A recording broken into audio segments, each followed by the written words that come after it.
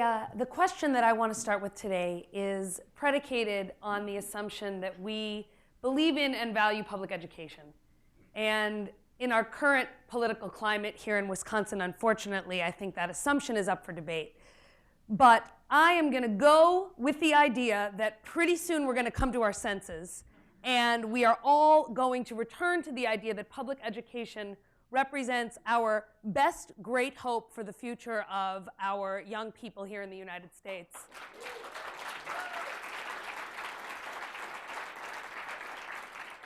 So that's where I'm starting. And I want to pose this question to you. Now, the reason for this actually may be fairly obvious. In this era of accountability, of leaving no child behind, the arts may seem frivolous, unmeasurable.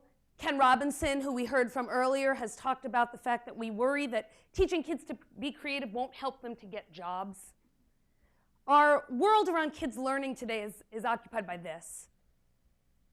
By data, by disaggregation, by leaving no child behind, by closing achievement gaps. And it's sort of hard to see where the arts might fit into this discussion.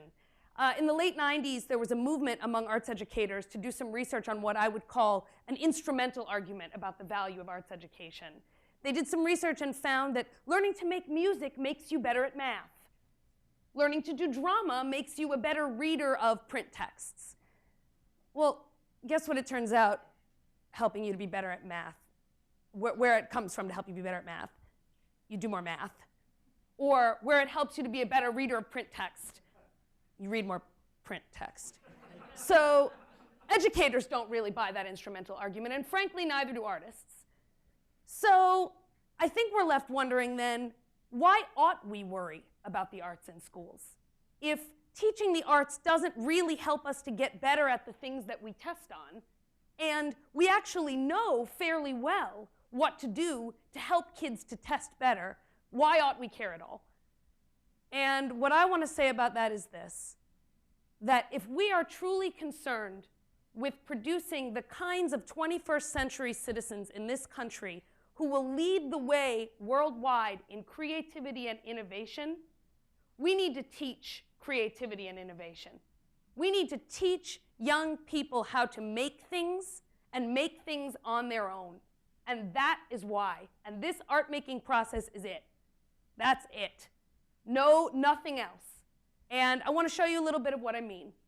And as you're watching this short film by a woman named Karen Lum with original audio that you'll actually hear on the film by a spoken word poet named Adria Luis, I want you to think about this question. What if this film were what we expected of our high school students? And what if producing this film was what we expected of our citizens? My glare has burned through her. And I'm sure that such actions aren't foreign to her because the essence of her beauty is, well, the essence of beauty.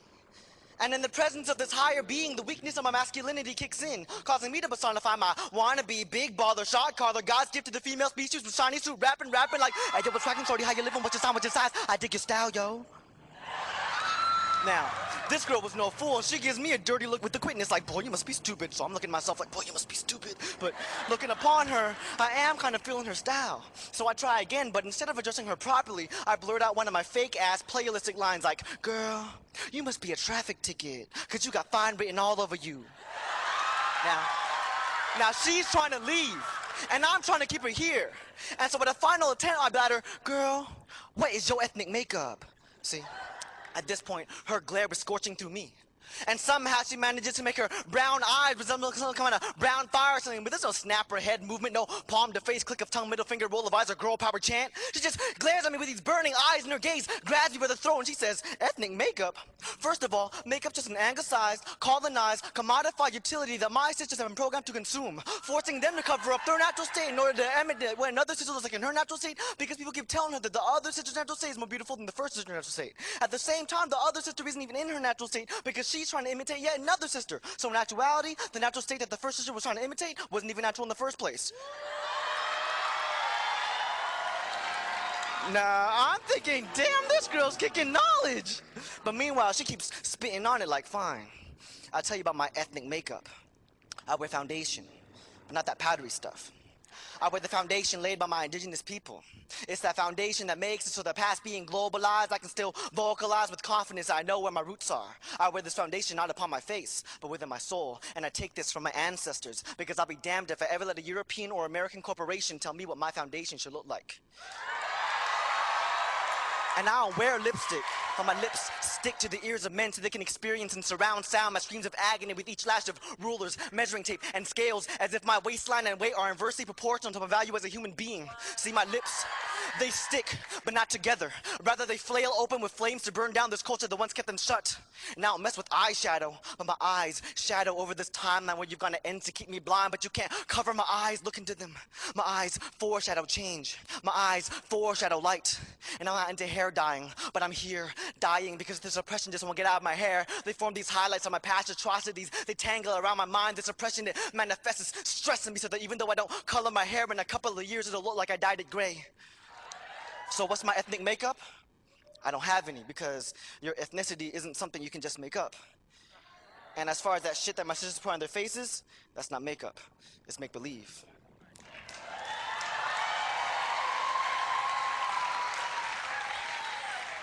I can't seem to look up at her. And I'm sure that such actions aren't foreign to her because her expression shows that she knows that my mind is in a trance. As her footsteps fade, my ego is left in crutches.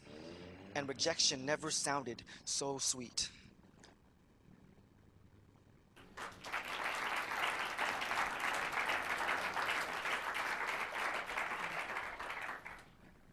We have a name for the types of spaces in which films like this are produced. Henry Jenkins and his colleagues has called these participatory cultures. They are places where creativity and innovation are the norm, where contributions matter because they're designed for real audiences in the real world, and they are everywhere. We have heard about a lot of them today. They're in fantasy sports leagues. They're in wikis. They're on YouTube. They're in Harry Potter fan fiction communities. They're everywhere. And all of them point to a fundamentally new way for thinking about literacy. Literacy is no longer a consumptive enterprise. Literacy is a production-oriented activity where people make things in the world using the tools of the medium they have access to in order to communicate meaning. That is what literacy means in those spaces, and that is what literacy means in the kinds of 21st century organizations that we want our kids to be productive citizens in. So how do you make stuff like this? It's not magic, it's not romance, although it may look like superheroism, it's not. It's making art. And as Rebecca and other folks can tell you, making art is really hard. Making good art is much harder. It requires Malcolm Gladwell's 10,000 hours. It requires all kinds of technical knowledge, and it's a highly rule-governed enterprise. And just to give you an example of what I mean by that, Improv Comedy 101. The first thing you learn when you walk into an improv class is you never say no. So if somebody came up to me, we were in a scene together, and said, hey, nice extra hand you have growing out of your head.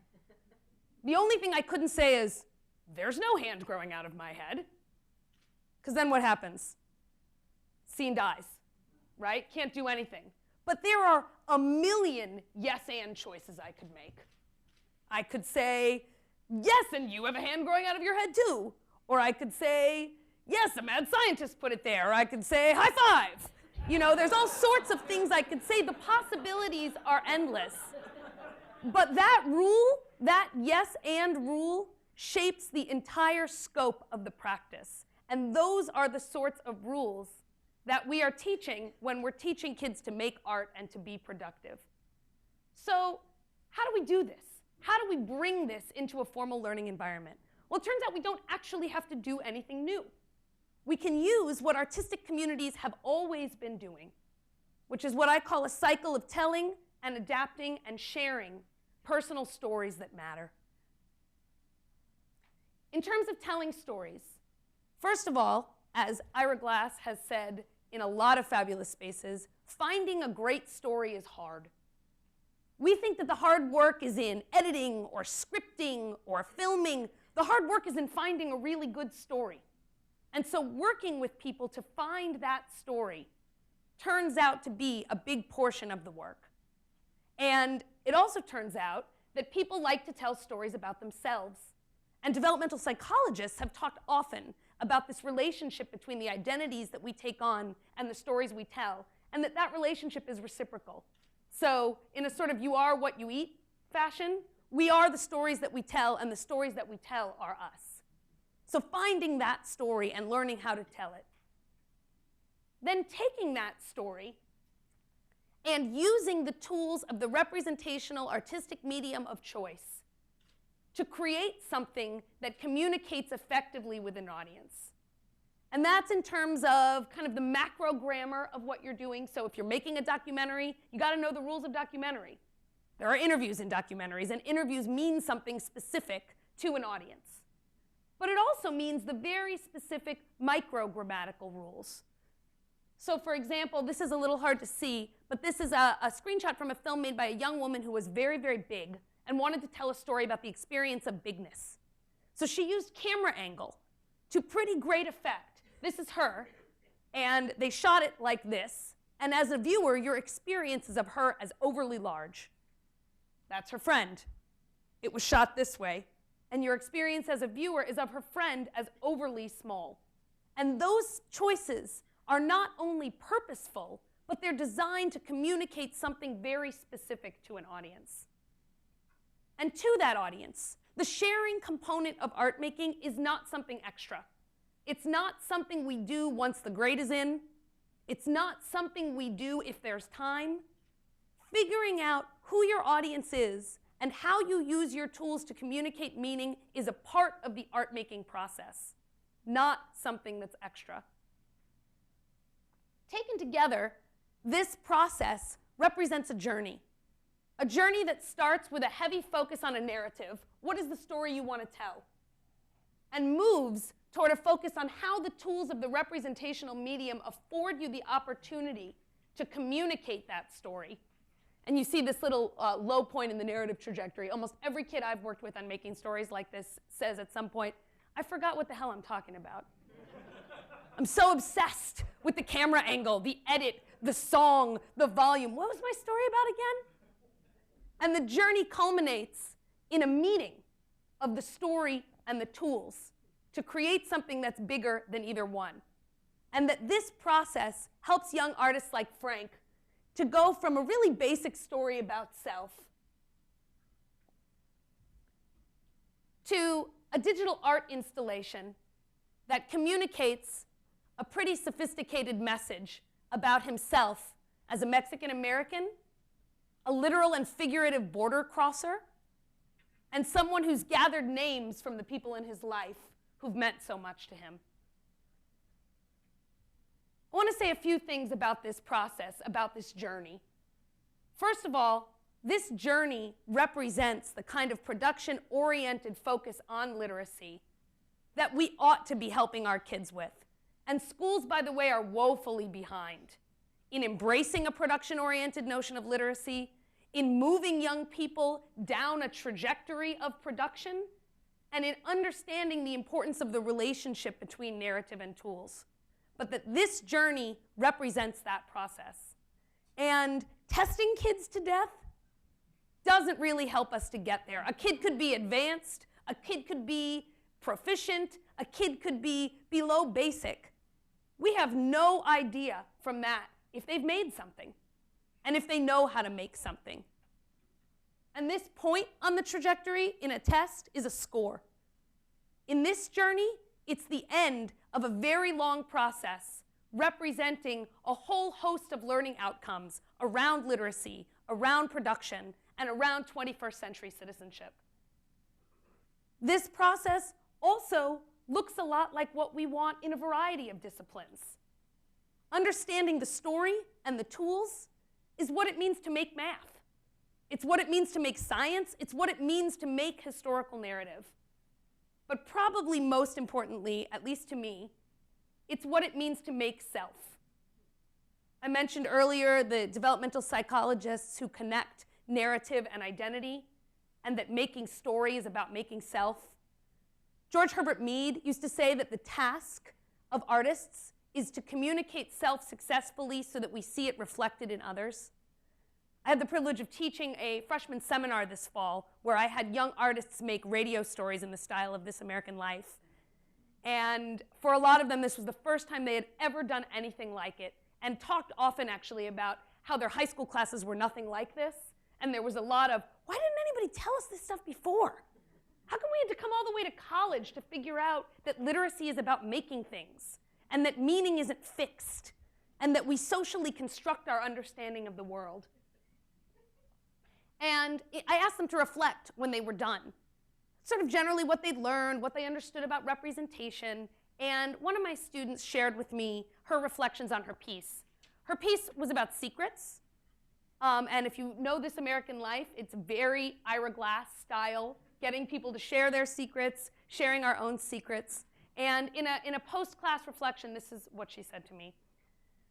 I always thought I was never strong enough to tell my secret. But now, after creating and presenting my piece, I can say that I was able to overcome that. I'm free and can speak about my secret. Even if I choose not to tell people, I know that I have the strength if I want. If you've ever told a big secret, then you probably understand exactly how I feel.